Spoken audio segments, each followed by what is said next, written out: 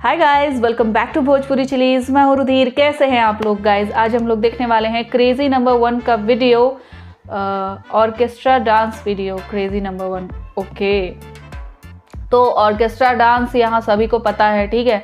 ऐसे गांव में, ज़्यादातर गांव में जब शादी वगैरह होती है या कोई भी फंक्शन ऐसे होता है तो वहाँ पे ऑर्केस्ट्रा वगैरह बुलाए जाते हैं, ठीक। ऑर्केस्ट्रा जो डांस पार्टी होती है वो बुलाया जाता है और उसमें लड़कियां नाचती हैं और गांव के जितने भी मर्द होते हैं वो सारे एंजॉय करते हैं।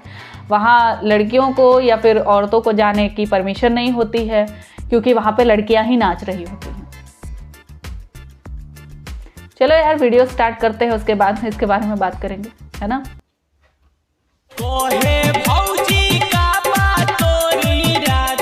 देखावत का लाड़ बाड़ू, अगर देवे के मन बताओ एक टिप दे दो ना, सरवा मजा आ जात हो। अरे मिलता रे मिलता। कहाँ मिलता रे? ए सरवा कहाँ मिलता बे? बाग सारे मजाक कोई नहीं हो। बाग सरवा लड़ब कहीं का। ओहो, तो का हाल बा भाई लो? हम काफी दिन बाद बात करे वाला बानी भोजपुरी के रंडी डांस के बारे में, अब मतलब ऑर्केस्ट्रा डांस के बारे में। और भाई लोग तो हम लोग कहा हम कहनी हो रंडी डांस के बारे में। अब तो हम लोग का वीडियो देखा बोलो तो खुद तो हम लोग का पता चल जी कि कहाँ ये वर्ड हम तो हम लोग को बताई नहीं है। तो भाई लोग समय का ज़्यादा छुट्टियाँ ना कटम, सीधा पॉइंट पर आवत नहीं। तब बिना कोरोना वाला सुन के नू स्टार्ट करो जांच के बकचोदी।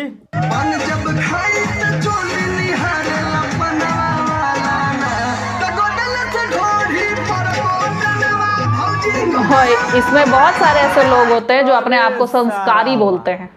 ये डांस करता ना पहले के तरीका बतावता रे ना, मतलब देखो तो लो, यही से तुम लोग से हम पहले ही कह देनी हो कि आज हम रंडी डांस के बारे में बात करो तनी, ना कि ऑर्केस्ट्रा डांस के बारे में। भाई लोग तो हम लोग के ई लागत हुई कि हम कहीं इतना गंदा वर्ड के प्रयोग करत तनी। हालांकि मतलब ऐसा वर्ड हम पहले भी यूज़ कैले बानी, बट आजकल बहुत कम कर दिले बानी। तो भाई लोग तो हम लोग को भी पता हुई नाम होता ऑर्केस्ट्रा डांस के बारे में, आ काम होता वे। अब तो हम लोग का समझदार बड़ा लोग समझ सकता रह लो।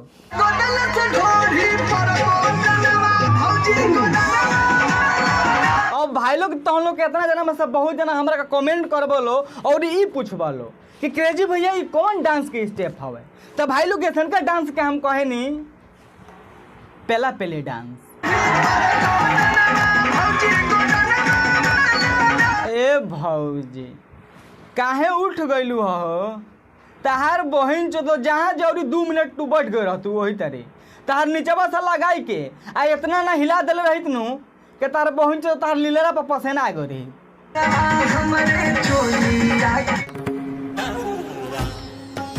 ई कौन स्टेप हरे सरवा ना, मतलब भौजी के कहना बनू के चोलिया का डोरी खोलो।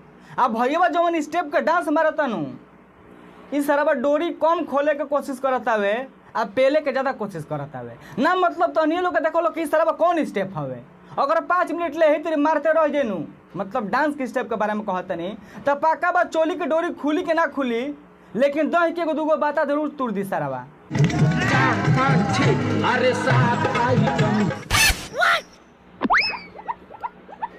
अरे भौजी, मतलब ए भैया सारे ये कौन स्टेप हरे? ऐसा स्टेप तो पहली बार हम देखता नहीं। वो बात अलग बा के जॉन सीना के और सनी लियोनी के बहुत बार देखले बनी, लेकिन हाँ हाई कौन जॉन सीना नहीं है वो। इस 7 आइटम कहला के बाद सरवा मतलब 7 आइटम का नाम लेके सरवा 15 आइटम मार लेता है। अरे तोरी बहन चोदो ना करी बहन का बुरी में राम रहीम के लाड़ पलो। ई कौन डांस अरे सरवा? ऐसा डांस तो पहले बार हम देखले बनी। करी बहन चो डांस मारत लो, ऑर्केस्ट्रा डांस के नाम बावे। बहन चो देखा का प्योर रंडी डांस कहल जाला, ना कि ऑर्केस्ट्रा डांस कहल जाला। वो सरवा स्टेप देखत रहो बहन चोद रे।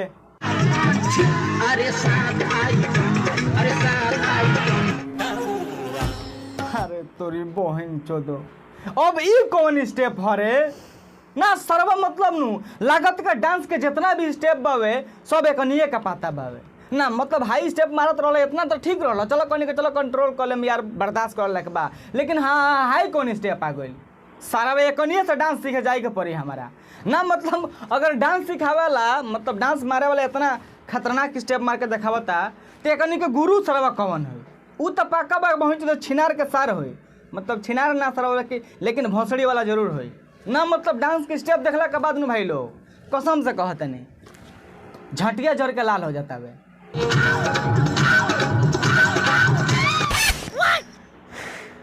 अरे सरवा अभी कौन स्टेप पागल नौतून सरवा लागत है कि हम पागल हो जाए का रे। एक बहन का गाड़ी में चीनी पे लो ई कौन डांस के स्टेप हवे? सरवा कहत नहीं भाई लोग कि कहीं के लगे झाई के परी कोर्स करे खातिर ना। मतलब का मतलब कितना खतरनाक डांस के स्टेप देखावत रसन कि सरवा रेमो डिसूजा आ भोजपुरी में हमने के जौन कुलाल लांसर बड़न उहे कहीं के आगे हार जीहन ना। मतलब डांसे इतना खतरनाक करत रसन कि सरवा कहीं मतलब बड़ा बड़ा कोरियोग्राफर देख के हाथ जोड़ लिया तो भैया ऐसा डांस हमने के ना कर सकम जा ना। मतलब देखत रहो वो में सरवा आ हूँ करत रसन। अरे इसको बीमारी हो गई है, मिर्गी लग गई है। हाई सरवा मिर्गी हवा का हटाओ ई सरवा के। ई सरवा डांस करे आइल बा ना सरवा बीमारी फैलावे आइल बा ना। मतलब सरवा डांस सेशन करत नु कि सरवा एगो आन्हरो देख लीनू ना, आन्हर ना देख सकी मतलब केहू भी देख लीनू तो उ ये कही कहवा से सीख के आइल बड़ा ना। मतलब इतना खतरनाक मतलब इतना अच्छा मिर्गी डांस कहवा से सीख के आइल बड़ा केहू भी देखी तो बस यही बात पूछी आ दू चप्पल मरबो करी वो यही तरी ना। एक चप्पल भे के पानी में एक चप्पल बिना भेवल ये वाला जोक अच्छा था। अब तो हिये से लागल ई दोनों भौजी के खजुआए कौची रे गणिया बाग सारे हम जनिए के दूसर कुछ कहले अरे अरे सब चुप हम समझ गए तू कौन चीज कहबे।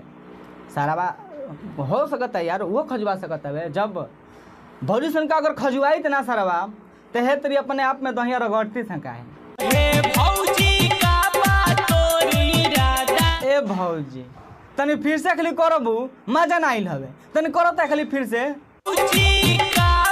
ओ यार खड़ा हो गई का रे बाक सारा तो नहीं देखा बिल खड़ा भल बताने मुनी कहाँ से का भौजी इतना खतरनाक अपन सामाने देखा बताली ना। मतलब हाई कोई का जरूरी बावे हमनियों को तो लौकता भाई कि उतार बड़े बड़े बा मतलब बड़े बड़े बावे लेकिन जरूर देखावा जरूरी बावे।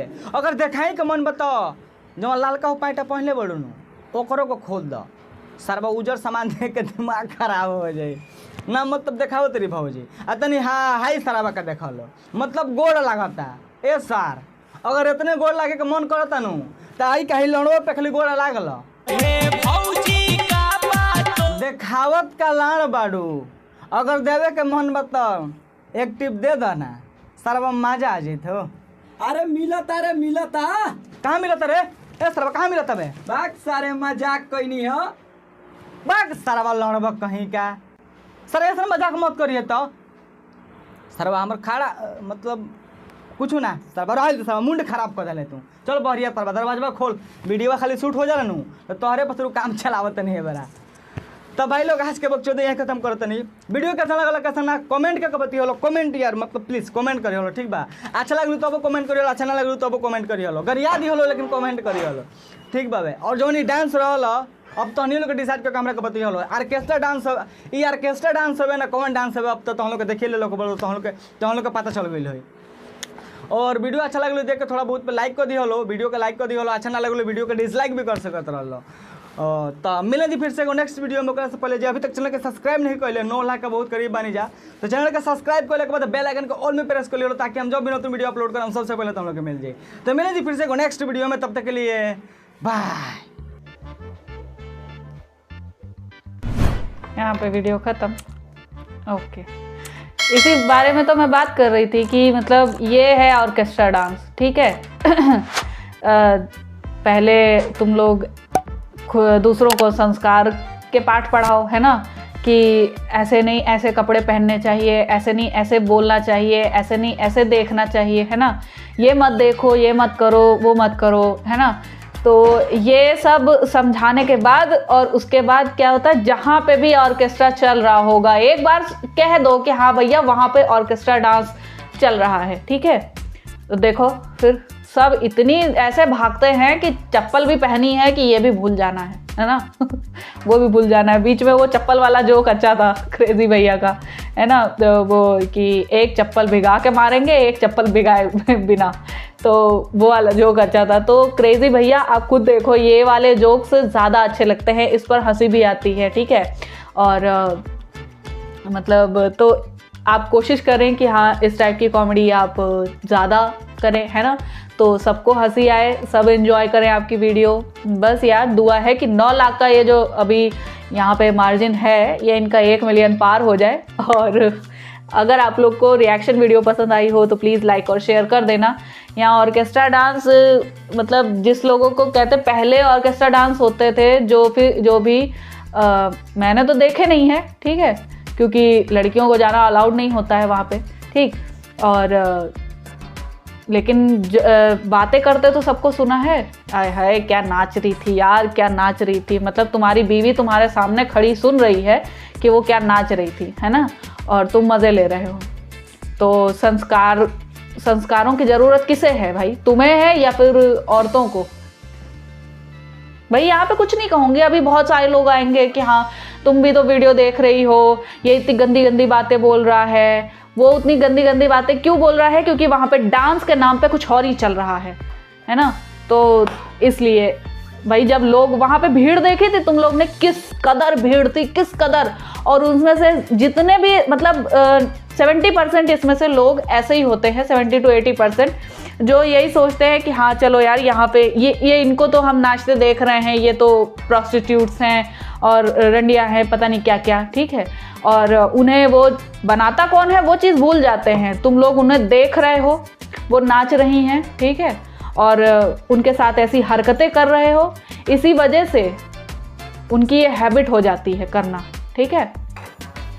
हे भगवान, मतलब मैं क्या ही बोलूँ, मेरे पास शब्द नहीं है इन सब चीज़ों को डिस्क्राइब करने के लिए।